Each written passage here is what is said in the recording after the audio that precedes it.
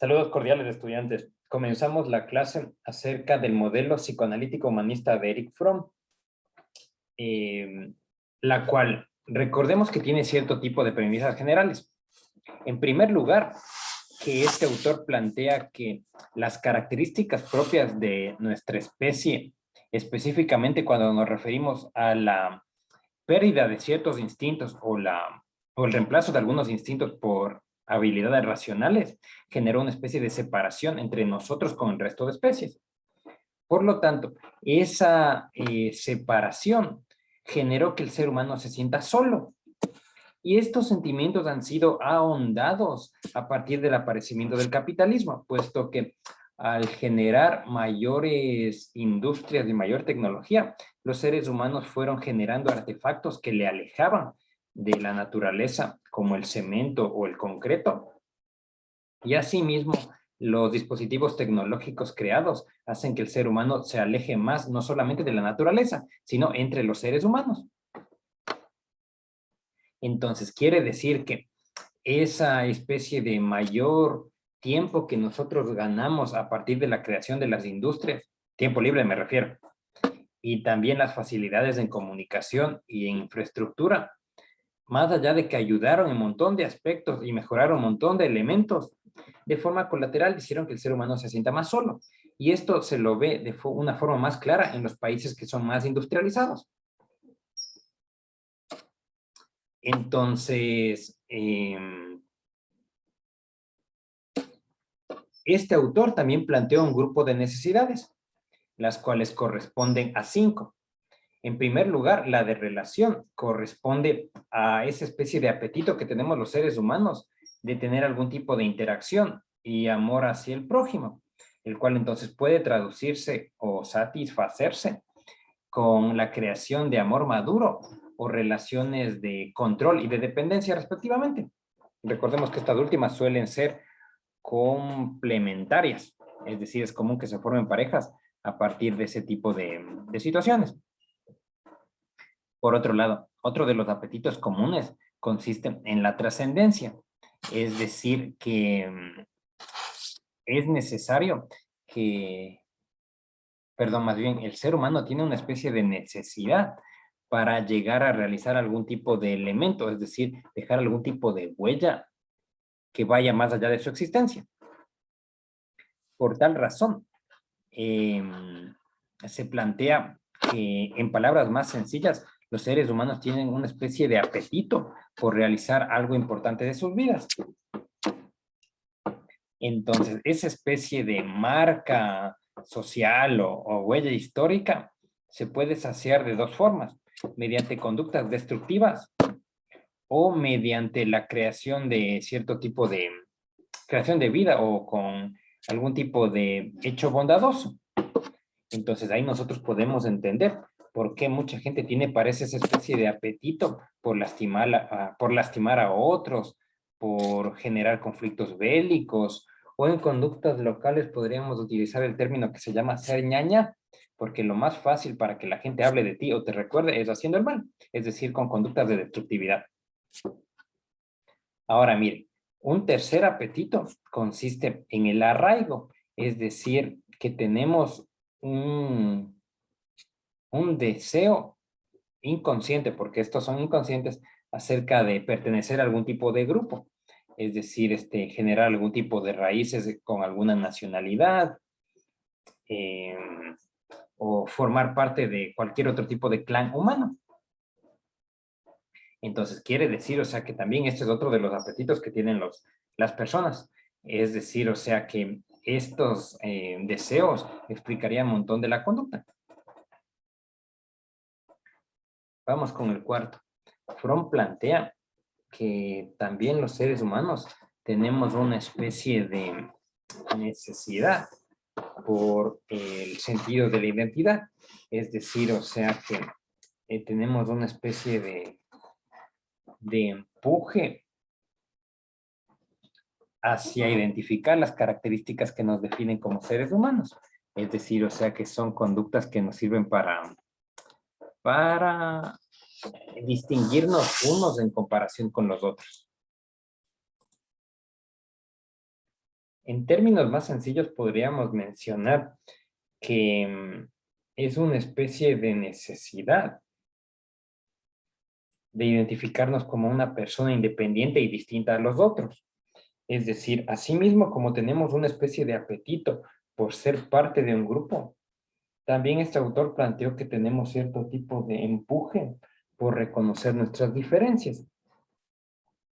Es decir, eh, que los seres humanos, tal como se menciona en el texto de base que utilizamos, necesitamos crear un concepto de nosotros mismos para poder decir, abro comillas, este soy yo o yo tengo tales características. Entonces, otro de los elementos también característicos de Fromm es que plantea que los sistemas políticos del capitalismo o económicos del capitalismo dieron a las personas más libertad económica y política. Es decir, o sea que ese sistema ha generado que la gente pueda generar más ingresos y que tenga mayor movilidad social, sea ascendente o descendente. Y asimismo a nivel político, porque alguien, o sea, que tiene una cantidad elevada de dinero, puede llegar a tener poder político. Recordemos que eso no siempre fue así, ya que antes tu linaje te marcaba la economía o la política. Es decir, que dependiendo de tu apellido, ya te aseguraban el dinero y un puesto político. Y ahora vemos que no es tanto así. Es decir, que existe una mayor libertad para que gente ascienda o descienda. Sin embargo, Fromm plantea que esta libertad solamente sirvió para que una mayoría de las personas adquieran un verdadero sentido del yo. Es decir, o sea, que puedan florecer o distinguirse o mostrar su propia individualidad, ya que la mayoría de las personas sigue describiéndose o sigue caracterizándose o mimetizándose con grupos más grandes como la nación, la religión, el trabajo o algún tipo de otro grupo social. En otros términos, acá nos referimos que solamente cierta gente que tiene ciertos recursos económicos y políticos tienen esa facilidad para tener una expresión más libre de su ser. Y en cambio, el resto de personas tienen una limitación porque no se expresan tanto, ya que tienden a mimetizarse con el grupo al que pertenecen. Ejemplo, si tomamos un paciente imaginario llamado Juan, en dos universos paralelos, en donde todo es igualito, solo que en el universo A, Juan proviene de un ambiente muy pudiente, y Juan, en el universo B, proviene de un ambiente promedio. Entonces, capaz que Juan, pudiente, él, o sea, puede estudiar la carrera que quiera, o capaz que no quiere estudiar, o capaz, o sea, que quiere dedicarse a algo, pero no por necesidad, sino porque le gusta hacer tal cosa. Imaginen que le gusta la profesión de ser piloto comercial. Entonces entró a una escuela para estudiar, para ser piloto comercial, se graduó y vive de eso. En cambio, Juan del universo paralelo B, capaz que no hubiera podido acceder a esa profesión de ser piloto comercial porque es más costosa y aparte eh, es difícil conseguir un empleo en esa profesión. Entonces este Juan B, como tiene menos plata, tiene que estudiar lo que le alcanza.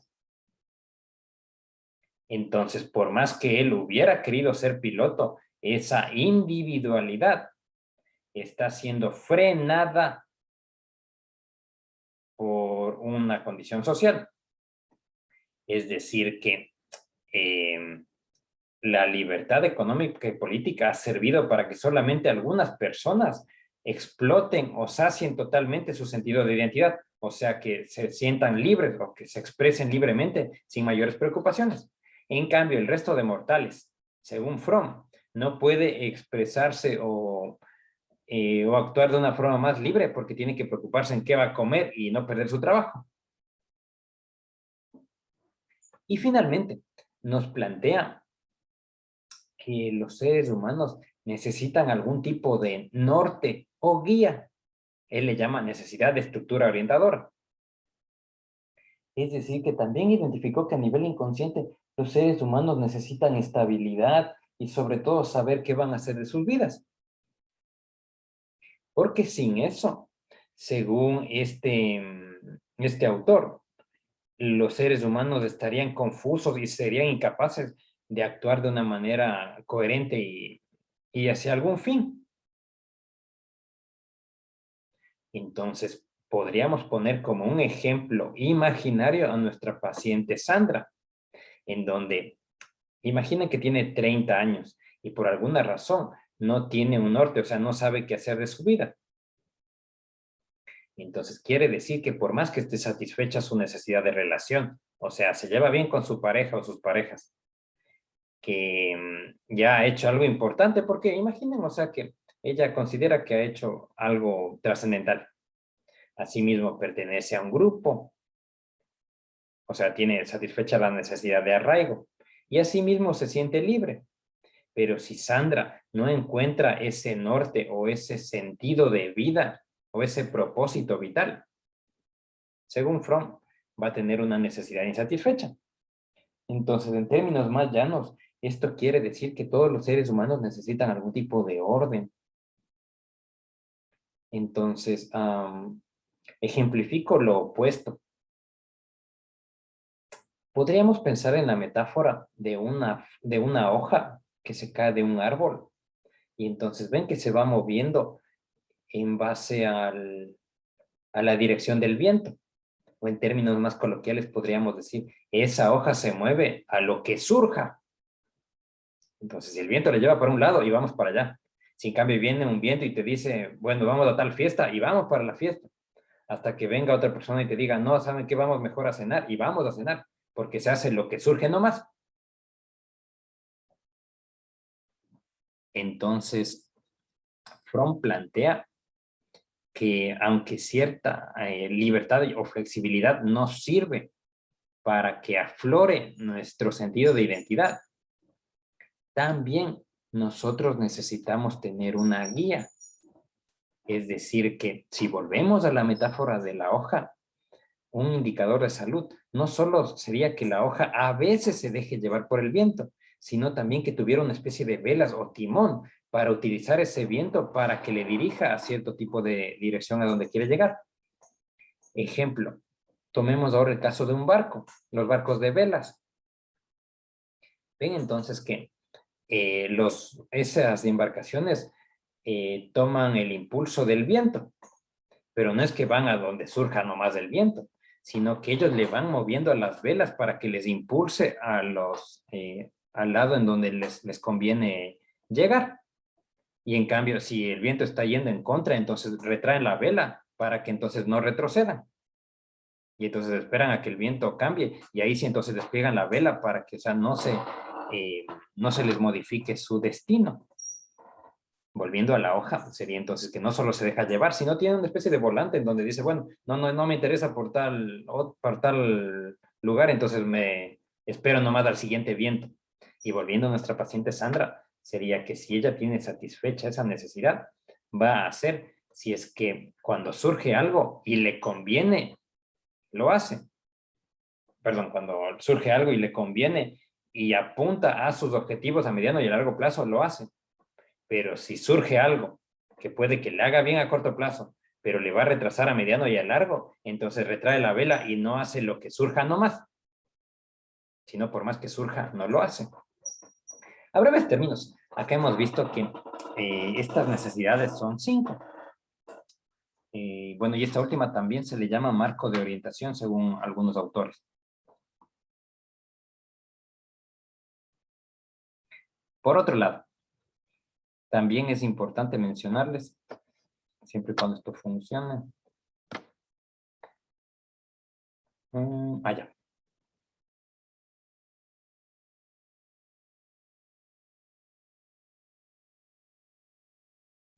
Bueno, también es importante recordarles que Fromm plantea, como les dije a un comienzo, que tenemos cierto tipo de libertad, porque hemos adquirido razonamiento y por el sistema del capitalismo, que ven que ya nos dio más tiempo libre. Porque pónganse, antes para obtener queso, la gente tenía que ordeñar a los animales y hacer otro tipo de acciones para generar queso o asimismo la mermelada. Y en cambio ahora lo que uno puede hacer es, o sea, trabajas 1 hora y ganas y alguien puede ganar lo suficiente para que en esa hora, o sea, compres el queso y la mermelada o lo que sea. Entonces, en 1 hora se produce tanto dinero que reemplaza el hecho de que antes se tardaban muchas horas en hacer queso o mermelada. Entonces, esta ganancia de tiempo libre que ha tenido el ser humano en los últimos 3 siglos ha hecho que el ser humano se sienta solo, como dije hace un ratito. O más bien, ha agudizado la sensación de soledad. Por ende, este autor nos menciona que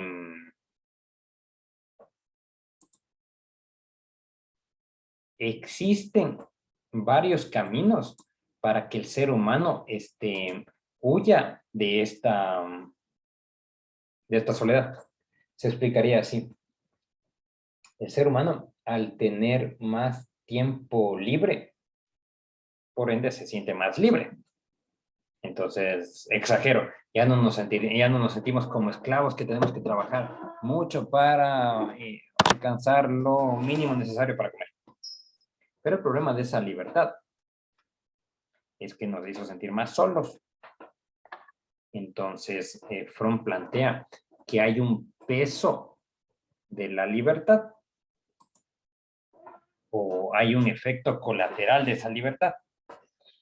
Por lo tanto, plantea que los seres humanos en general tienen 4 formas de manejar esa libertad o de huir de esa libertad, si le quieren llamar. Entonces, las 3 primeras que están puestas en la diapositiva corresponden a 3 formas de escape comunes. Y bueno, después, o sea, les vamos a enseñar una que corresponde a la más sana. Comenzamos con los primeros elementos. Entonces nos dice que la primera consiste en el autoritarismo. Es decir, que hay gente que maneja o que escapa de esta libertad y por ende escapa de esa soledad, siendo autoritario, es decir, tratando de controlar a los demás. O asimismo, tratando de ser controlado. Es decir, ven, o sea que, vamos a poner un ejemplo. Imaginen que ustedes están con su grupo de amigos. Y entonces alguien les dice, bueno, a ver, ¿saben qué? Juan, tú elige la película que vamos a ver todos. No vamos a opinar, sino tú elige. Entonces que Juan capaz que piensa, híjole, qué feo. Y ahora entonces tengo demasiada responsabilidad porque tengo que elegir la película. Y si no elijo bien, después mis amigos me van a cargar o sabrá Dios qué me van a hacer.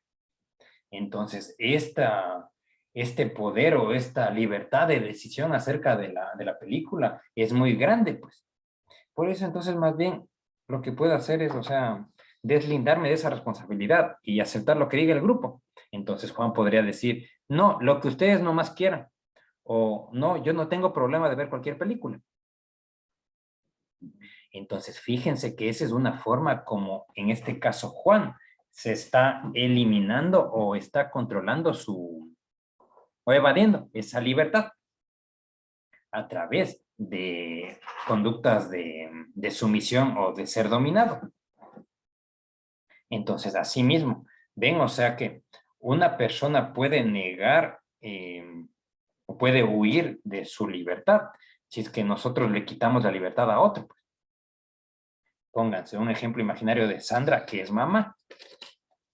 Entonces ven que Sandra, como es un ser humano que está en el siglo XXI, puede hacer un montón de cosas gracias a la libertad económica del capitalismo. Pero ven que es bravo, pues.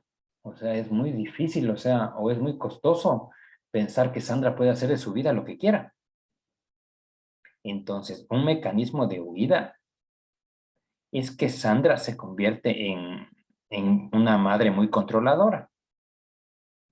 porque ven que su forma de lidiar con la libertad, es decir, bueno, no, yo soy Sandra y yo renunciaré a la libertad porque tengo que ser madre toda mi vida.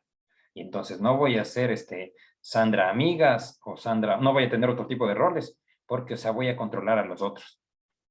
Es decir, que otra forma con la cual nosotros podemos eliminar nuestra propia libertad es poniéndonos un peso de cuidado hacia los demás, es decir, dominando a los otros. Otro ejemplo más grande que podemos plantear es que ven que hay cierto tipo de líderes políticos que, bueno, hay algunos que son buenos y otros que son malos. Entonces, en aquellos políticos buenos, uno se ve que tienen una vida bastante sacrificada, pues, o sea, capaz que no tienen tanto tiempo libre o no pueden exponerse mucho porque la mirada social está muy presente. Entonces, ven que el control de los demás también es una forma de huida de la libertad, porque entonces dices, no, no, bueno, ya no, por más que hoy no quiera ir a trabajar, tengo que ir sí o sí, porque si no, la prensa me quema. O bueno, no, estoy peleado con tal político y quisiera ir y decirle tal cosa, pero no, no, o sea, mejor me controlo porque después se genera un relajo. Entonces, quiere decir que los seres humanos suelen canalizar o no aceptar esa libertad que tienen a través de renunciar más, a través de renunciar a esa libertad o quitándole la libertad a los otros. En cambio, una segunda forma en la que el ser humano huye de la libertad y por ende de la soledad es, como les dije hace un momento, siendo destructivos. Porque ven, o sea que el ejemplo que se me ocurre es si es que a alguien le ha ido mal en algún examen y capaz que ustedes han sido conscientes de que muy en el fondo quisieran que a todos los demás también les vaya mal para decir que no fueron los únicos. O pónganse que estamos hablando de equipos de fútbol. Vamos al caso de Boca y River. Entonces imaginen que a River un martes le golean en Brasil. Y ven entonces que al día siguiente puede que juegue Boca. Entonces capaz que los hinchas de River piensan, ojalá que entonces a Boca también le goleen. Porque ven que la goleada a Boca no cambia nada, porque igual le golearon a River. O sea, no pasa nada.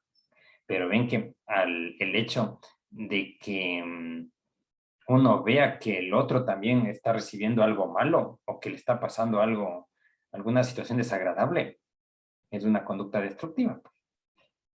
Entonces también la gente renuncia a esa soledad o a esa capacidad de elección que tenemos mediante dañarle al otro.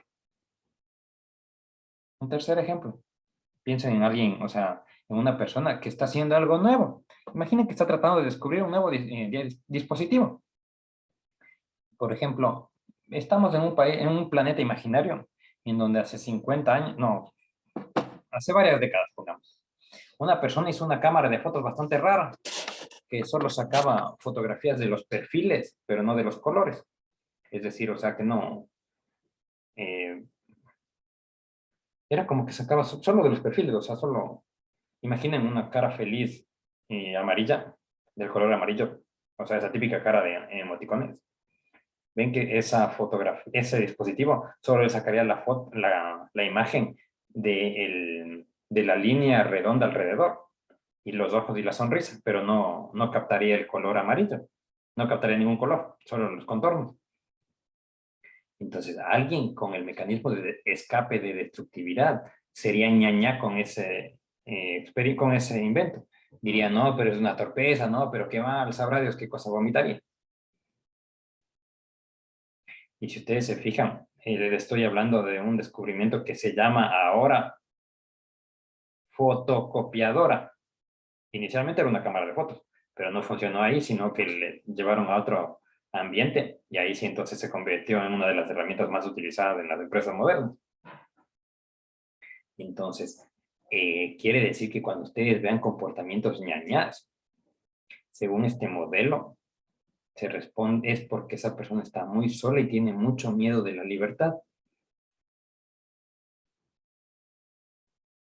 Porque ya les digo, o sea, ven que es bravo reconocer que uno puede hacer lo que quieras en este planeta.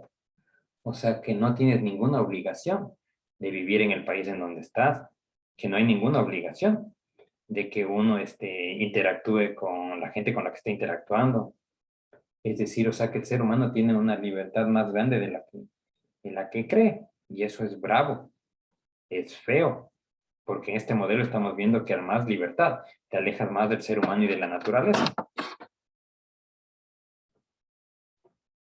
Y finalmente, se puede huir mediante un conformismo autómata. Es decir, que hay gente que para evitar tomar decisiones o para callar su soledad, se mimetizan. Este término no de mimetización viene de esa profesión de los mimos, o sea, esa gente que se disfraza de blanco y entonces uno camina y te va remedando todo lo que tú haces. A eso se refiere con la mimetización, es decir, que hay personas que renuncian a la libertad mediante copiar la media o copiar la moda o, o disfrazarse mucho como es el clan. Les pongo un ejemplo con mucho respeto. Hace unos años tenía una tesista que estaba haciendo un estudio sobre personalidad en diferentes poblaciones de Paraguay. Me parece que agarró 3.000 personas, o sea, una población gigante. Y entonces una de las observaciones que me dijo es, profesor, mire, era curioso porque mientras más me alejaba de las capitales, notaba que a la gente le costaba más describirse cuáles son sus características que le hacen diferente de los demás. Entonces, al preguntarle, vea, explíqueme mejor, me dijo algo así como, fíjese que si en la capital usted pregunta a la gente, ¿cuáles son las características que usted tiene que le hacen distinto al otro? Van a encontrar respuestas como, bueno, en general, esta cultura es bastante apaciguada y es bastante tranquila, pero yo soy un poquito más impulsivo.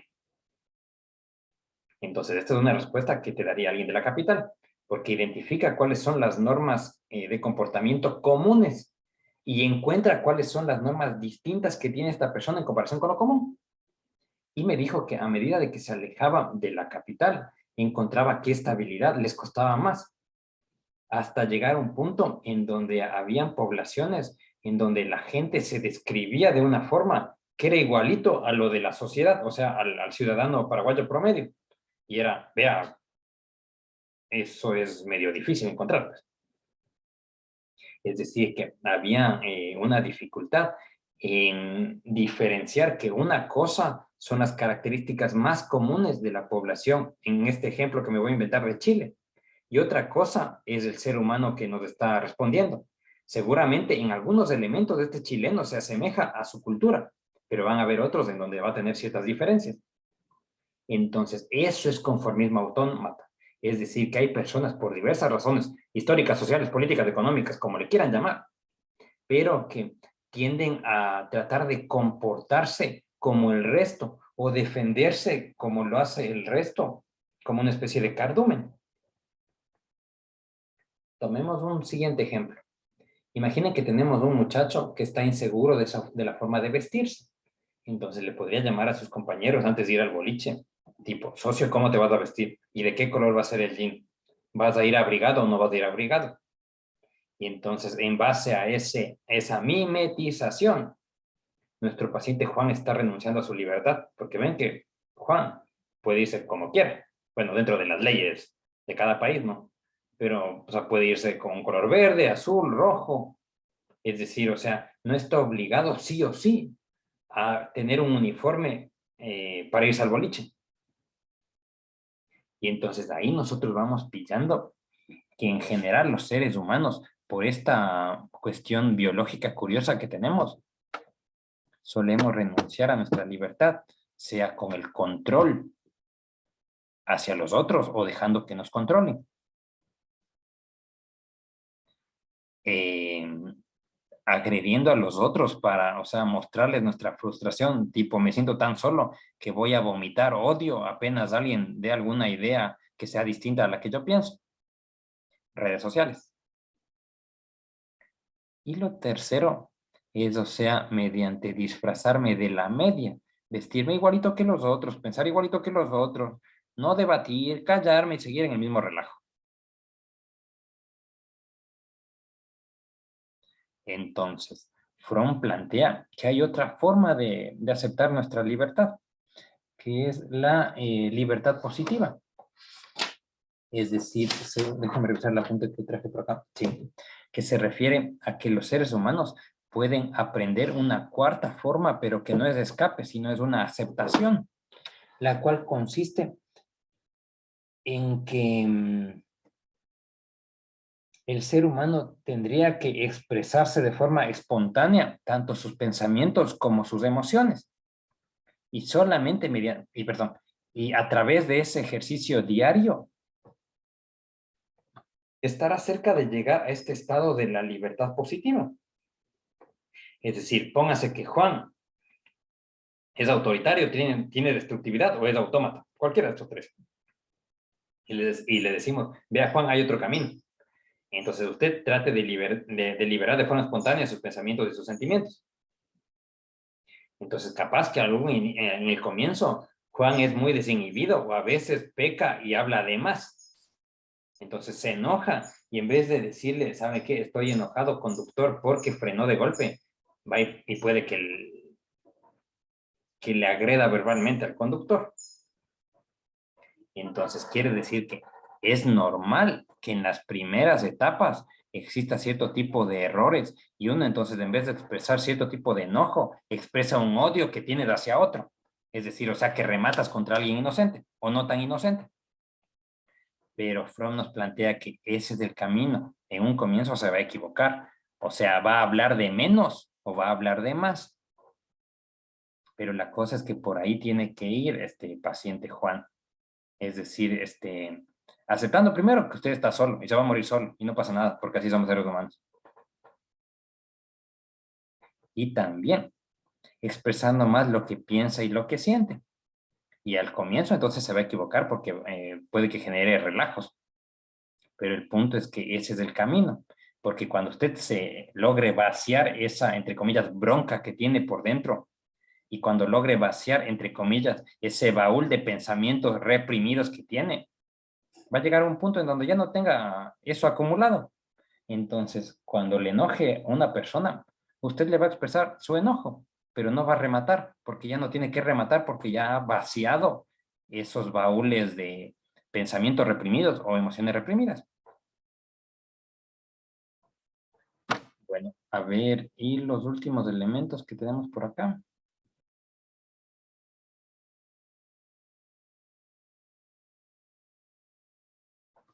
Sería las orientaciones del carácter. Es decir, que este autor, así como otros, de cierta forma habló de tipologías de la personalidad, solo que no utilizando de forma directa ese término. Entonces, plantear que en total hay 5 tipos.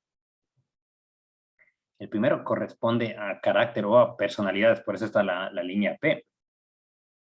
Receptivas, es decir, que son personas más pasivas, centradas más en el mundo exterior. Es decir, que tienen una especie de mayor tendencia a ver lo que pasa afuera antes que lo que pasa por dentro. Ejemplo, el estereotipo de una madre o una abuela abnegada, en donde se preocupa más por sus hijos antes que por tener una relación sana de pareja. Imagine que se separó la señora, entonces de volver a retomar sus actividades también como mujer, como profesional. Hay otra tendencia, en cambio, de gente que son explotadores, es decir, que se caracterizan porque se aprovechan o tratan de obtener beneficios de la gente, usualmente por la fuerza. En fuerza no nos referimos necesariamente a la fuerza física, sino también a algún tipo de fuerza psicológica, como victimizarse y demás aspectos. Usualmente este tipo de personalidades la gente le llama egoísta o manipuladores. La tercera sería la gente acumulativa, es decir, aquellos que coloquialmente se les llama tacaños, porque tienden a acumular cosas, tienden a aislarse y, y presentan cierto tipo de aislamiento o egoísmo en la interacción social. como alejamiento podríamos plantearlo. Antes había un término, bueno, pero ahora suena muy chocante, pero antiguamente se les conocía como avaros. Entonces, más allá de que estoy utilizando términos didácticos, se refiere a personas que son más acumuladoras, tanto en las emociones o excesivamente reservadas, tanto en las emociones como en los pensamientos o en los objetos. Ejemplo, algún rato yo sí tenía un docente que a mí o sea, me daba cuenta que sabía muchísimo, pero no me agradaba mucho porque tenía cierto tipo de conductas acumulativas. O sea, se notaba que no te enseñaba todo lo que sabía, sino que uno tenía que preguntarle y preguntar y hacer una pregunta buena para que ahí sí saque todo el material cognitivo que tenía por dentro, porque se notaba que sabía muchísimo, solo que sus clases no, o sea, que había que forzarle para que te enseñe el conocimiento bravo, no solo lo que uno puede leer en 4 libros. O también, este autor, Fromm, nos dice que hay gente que son más mercantilistas. El término más resumido que podemos plantear se refiere a gente superficial, es decir, como hay un término que utilizan acá. Gente... se me fue el nombre. Bueno, pero son esas personas eh, que buscan más aparentar o buscan más salir bien en la foto, es decir, o sea, que buscan más cosas superficiales, o sea, verse bien por fuera, más que elementos por dentro. Entonces tienden a ser oportunistas y les gustan más los objetos antes que preocuparse por las personas. Se me fue el término. Bueno, donde quiero llegar son la gente más que se fija más en lo externo antes que en lo interno. Entonces, una cosa interesante también del modelo de Fromm es que dice que a medida de que aumentan más los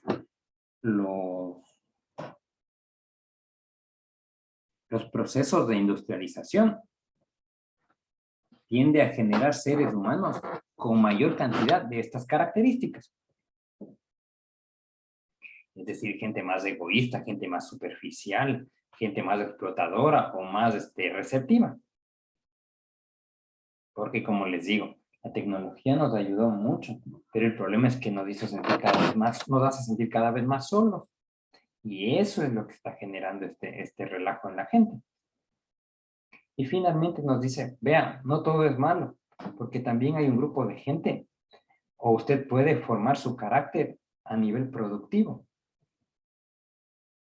Porque a medida de que usted exprese más lo que piensa y lo que siente, aunque al comienzo genere relajos, usted cada vez va generando más coherencia. Es decir, va actuando en base a lo que usted siente y piensa. Y su entorno comienza a depurarse, es decir, o sea, que usted se va a rodear de gente que tenga un camino parecido al suyo. Entonces usted va a tener una coherencia entre su trabajo, sus relaciones interpersonales, su forma de ser por dentro, sus amistades, su familia y demás elementos.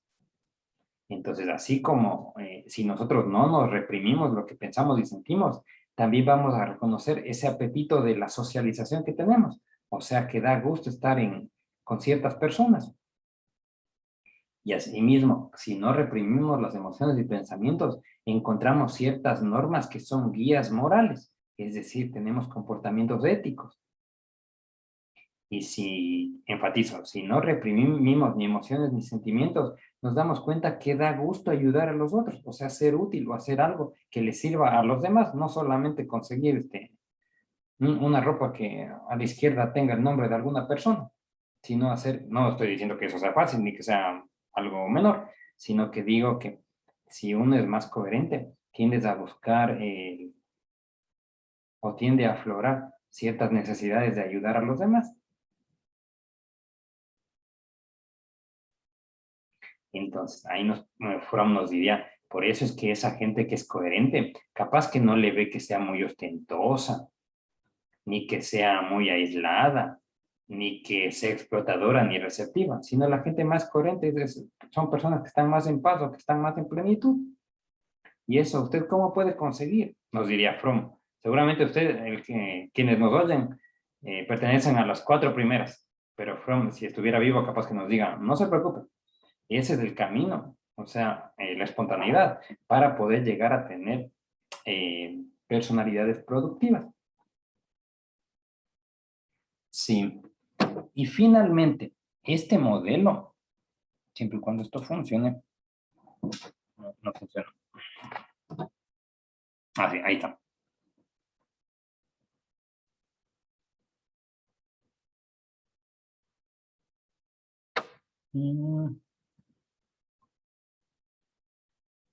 Ah, sí, también Fromm nos da luces acerca de las formas de crianza, es decir, o sea, cómo suelen ser los ambientes entre los cuidadores y los hijos. Antes se le llamaba esto relaciones padre e hijo, pero ven que cada vez el ser humano tiene una diversidad de comportamientos, por lo tanto ese término padre capaz que no es tan apropiado, ya que hay veces que los cuidadores son abuelos, son padres temporales o madres temporales, también conocidos como padrastros o madrastros o novios de pareja, como le quieran llamar, al fin y al cabo. Eh, Son diferentes formas de crianza. Entonces, hay 3 clases de relaciones: cuidadores, hijos, o cuidadores infantes.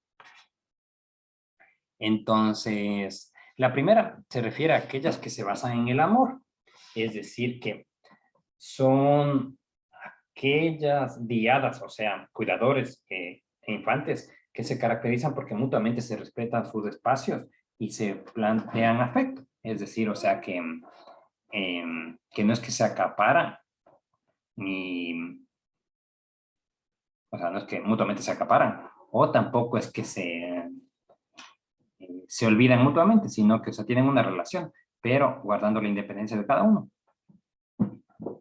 La segunda forma puede ser una relación simbiótica.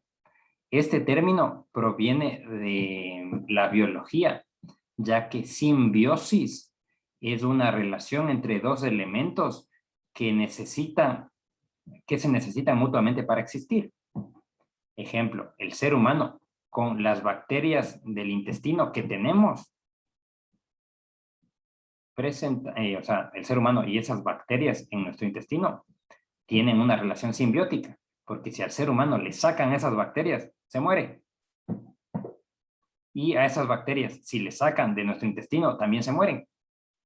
Entonces nosotros tenemos una relación simbiótica con la flora bacteriana.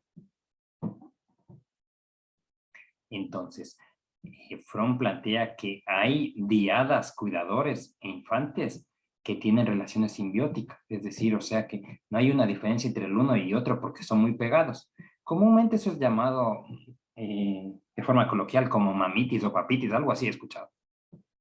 En pocas palabras, son gente así que sí o sí dependen de los padres para tomar decisiones, o padres que dependen sí o sí de los hijos para tomarlas. Y ven que objetivamente somos personas independientes. Y como dijo Fromm, vea, usted está solo, así que así es, exagerando, ¿no? Entonces, en estas relaciones simbióticas se caracteriza porque hay personas que tienen conductas masoquistas, es decir, o sea, que disfrutan de ser poseídos por el otro, o hacer lo que el otro te diga.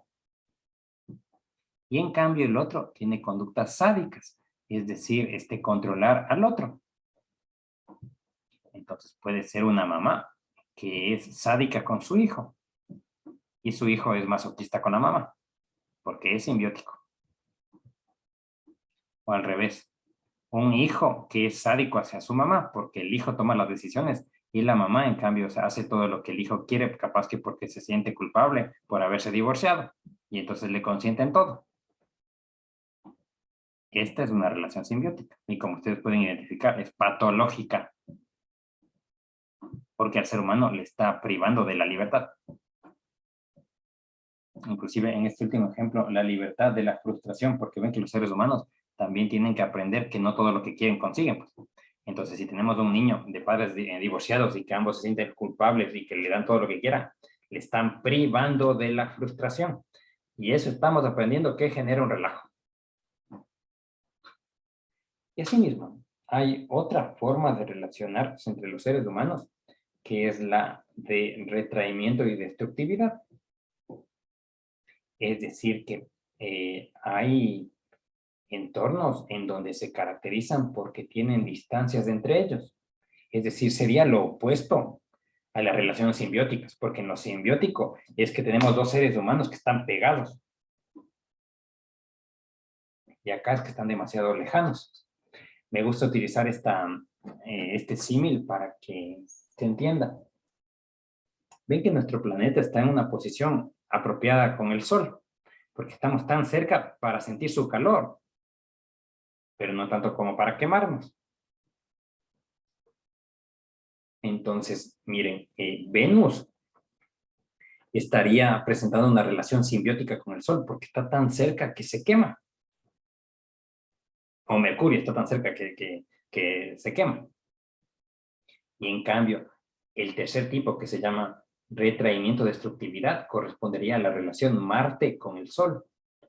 Porque, o sea, tienen una lejanía, es decir, no están tan cercanos. Entonces, por eso es que no sienten el calor mutuo.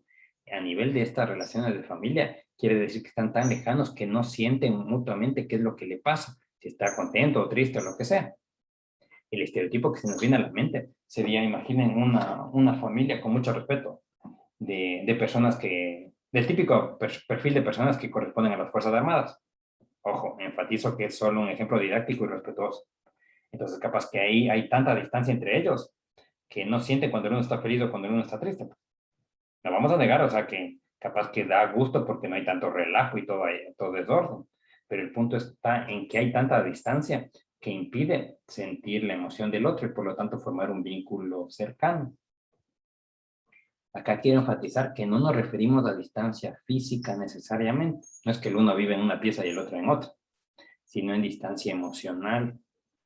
Así mismo hay personas que se puede que sean muy promiscuas o parejas que lleven un montón de años juntos, pero que no tienen una relación de verdad, porque, o sea, no tienen esa cercanía emocional, sino capaz que solo tienen cercanía íntima. Entonces, en estas relaciones de distanciamiento se caracteriza también porque existe una tendencia hacia la hostilidad y agresión indirectas. Agresión indirecta se refiere a agredirte haciendo chistes o también se ejemplifica con la hostilidad camuflada, o sea, con bajarte la caña, se me ocurre.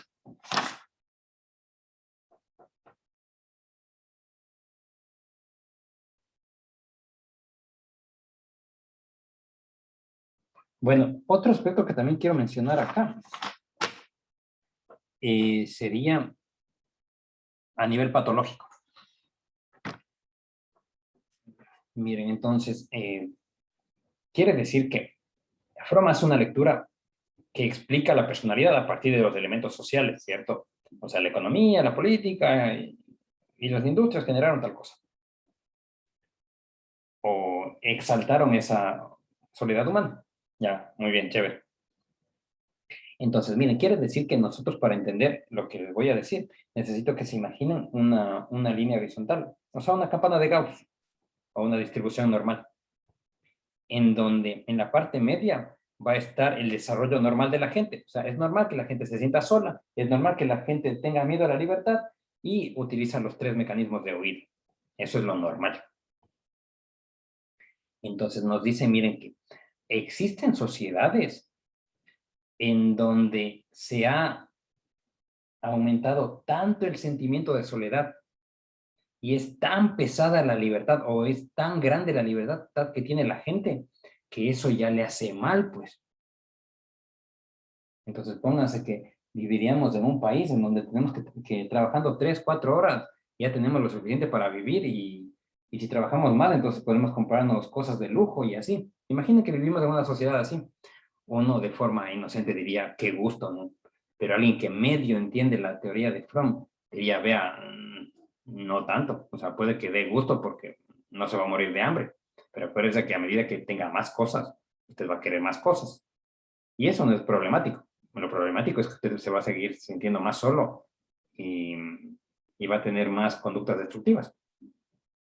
Entonces, a esto le llamó Fromm el síndrome de decadencia. Es decir, que en aquellas sociedades en donde la gente se siente muy sola y tiene muchas libertades, aunque suene raro. Estas sociedades tienden a presentar más el síndrome de decadencia, es decir, tienden a presentar más estas tres patologías en comparación con aquellas sociedades que no son tan capitalistas. Entonces, el síndrome de decadencia se caracteriza porque la gente se siente tan sola y tiene tantas libertades y tanto miedo a la libertad que genera este síndrome de decadencia, el cual presenta entonces tres ejemplos.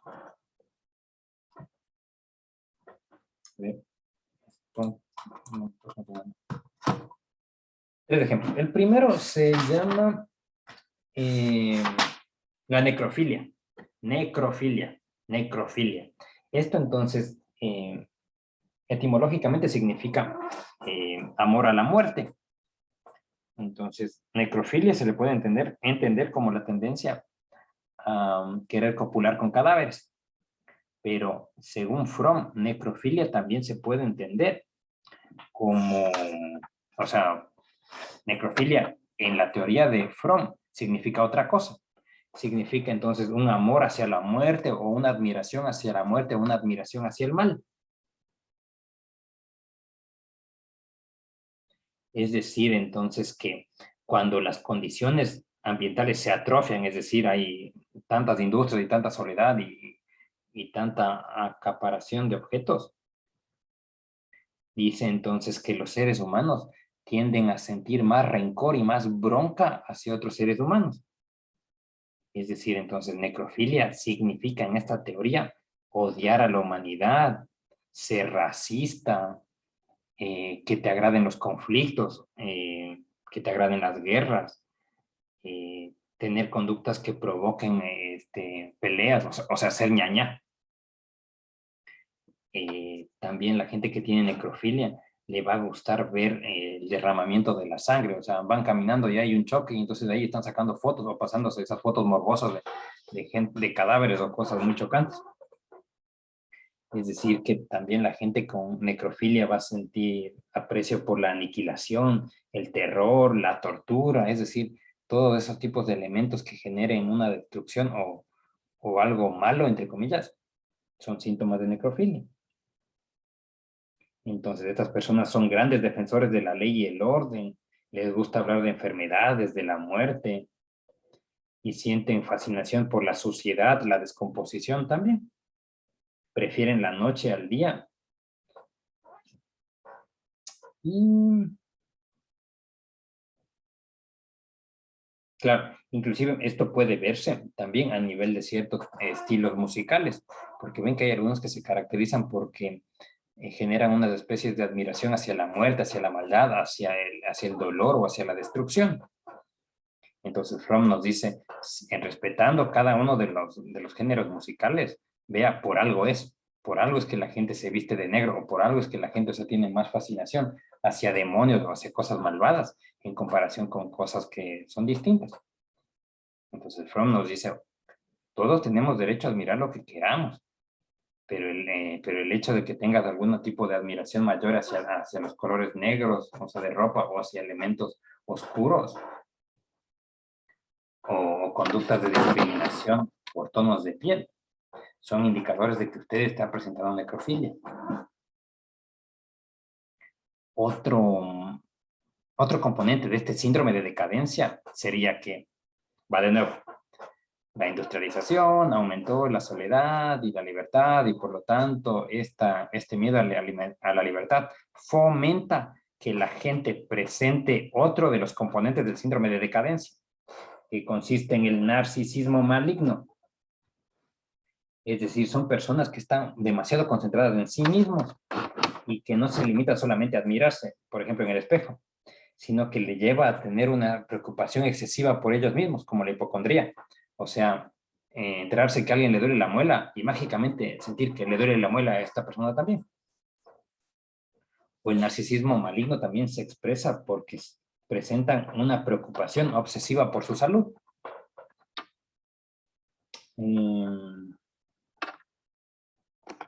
Entonces, también estas personas tienden a presentar exigencias neuróticas. Es decir, o sea, que se sienten seguros porque tienen ideas distorsionadas de que tienen capacidades extraordinarias a nivel de la belleza, de la inteligencia, de la riqueza, de los objetos. Es decir, se creen tan maravillosos que creen que no necesitan hacer nada más para demostrar su valor. Por ende, su imagen depende de la visión narcisista que tienen de sí mismos. Y ante las críticas de los demás suelen reaccionar con furia, es decir, les cuesta manejar las críticas. Y la tercera forma en la que se muestra el síndrome de decadencia es con la simbiosis incestuosa. Repito, simbiosis incestuosa. Entonces, esta es definida como la dependencia extrema de la madre o de un sustituto de la madre. Por ejemplo, entonces se ve en aquellos varones que buscan una mujer, que tienen una búsqueda obsesiva de mujeres que cuiden de ellos, que les adoren y que les admiren. Y asimismo sienten una cierta ansiedad cuando no se satisfacen sus necesidades. Fromm plantea que esto es bastante común y nos dice que aunque entre comillas esto dé gusto, el problema es que cuando dos personas se acercan mucho, ven, o sea, que pierden su individualidad. Entonces puede que de forma separada cada uno tenía sus hobbies, pero se mezclaron tanto que ahora ya no realizan. Entonces los elementos que inicialmente les atrajeron mutuamente, como ya no realizan, entonces se formó como una especie de, de trampa que medio se parece a lo que eran esos seres humanos antes, pero que no es ni una ni otra. Y que eso es riesgoso. Y se puede ver por qué estas personas no se pueden separar de su compañero y su personalidad tiende a mimetizarse con el otro y llegan a perder sus características que les definían. En cambio, o sea, estas son las características de cómo una sociedad, por sus características, por sus condiciones económicas, puede aumentar la soledad y el miedo a la libertad. En cambio, nos dice que hay personas que, si es que siguen ese camino de la flexibilidad cognitiva, no, de la espontaneidad cognitiva y afectiva, entonces van a presentar ellos lo opuesto al síndrome de decadencia, que se llama el síndrome de crecimiento. Recuerden, estamos hablando de que había una línea horizontal en donde decíamos que lo normal es tener esos tres mecanismos de huida, que hay gente que dice, como dicen acá, que se va todito y entonces presenta síndrome de decadencia. Y hay otras, en cambio, que han comenzado a trabajar esta parte de la espontaneidad y van a presentar lo opuesto, que sería el síndrome de crecimiento, que se caracteriza, como dijimos hace un ratito, por la libertad positiva, es decir, son espontáneos en su forma de ser y pensar. Asimismo, que al ser eso, van a presentar una segunda característica, que es el amor hacia los demás, que es el darte cuenta que por más que haya gente que vista un color de remera diferente al tuyo, hable de una forma distinta, sea más alto, más bajo, o tenga un mismo tono de piel, al fin y al cabo el ser humano es ser humano y no es más que eso. Es decir, que aquella gente que está en ese camino de la espontaneidad comienza a sentir una especie de amor hacia los otros, sin negar, o sea, los defectos que tiene el ser humano, pero se va a dar cuenta que el ser humano tiene elementos también positivos y elementos bonitos, que por algo, o sea, somos tantos en este planeta y por algo, o sea, seguimos siendo la especie dominante, sin negar los errores que hemos cometido, pero como especie somos una especie bonita, una especie interesante, agradable. Y también nos dice que si seguimos en ese camino de liberarnos, e inclusive que salga así el afecto natural que tenemos hacia los otros seres humanos, porque como somos misma especie, entonces nos agradamos mutuamente. Nos dice que el tercer componente, además de la libertad positiva, el amor a los demás, va a ser la biofilia, es decir, el amor a la vida. Es decir, que te agrade más otro tipo de colores, o sea, no solamente cierto tipo de colores más oscuros, sino que ver un atardecer está bueno, que disfrutar en un arroyo y es lindo, o sea, está bueno. que ver que la gente es feliz, es agradable. Capaz que no impacta tanto como ver, o sea, que sale sangre de un choque o que le robaron a tal persona, pero que es bonito. Entonces nos dice en pocas palabras que hay gente que ha comenzado o que ha tratado de conocerse más a sí mismos. Y esa gente entonces se va alejando de ciertas conductas violentas, egoístas o simbióticas y está entonces desarrollando más una libertad responsable, un amor hacia la humanidad y también una admiración hacia la vida. Por ende, para finalizar esta teoría, vamos a resumir que acá hemos encontrado aportes a nivel de las tipologías, porque nos habló de 5, explotadora, productiva, etc.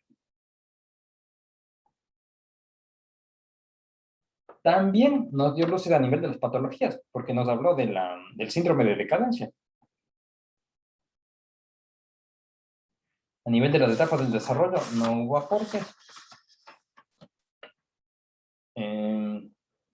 A nivel de los dinamizadores, podemos mencionar a las necesidades humanas que planteó Fromm. Y me falta uno a nivel de la estructura. Claro, nos habló mucho, porque nos mostró, vea que los seres humanos tienen un perno o una tuerca llamada soledad. Y vea, el ser humano tiene un compartimiento llamado miedo a la libertad. Es decir, encontró varios elementos que nosotros tenemos. Y sin mencionar los dilemas humanos, porque nos dijo, vea, usted sí se dio cuenta que en este mapa había sido que hay 3 dilemas humanos que también son importantes en la mente. Y bueno, entonces esa ha sido toda la explicación de el psicoanálisis humanista de Erich Fromm. Les mando un saludo a todos.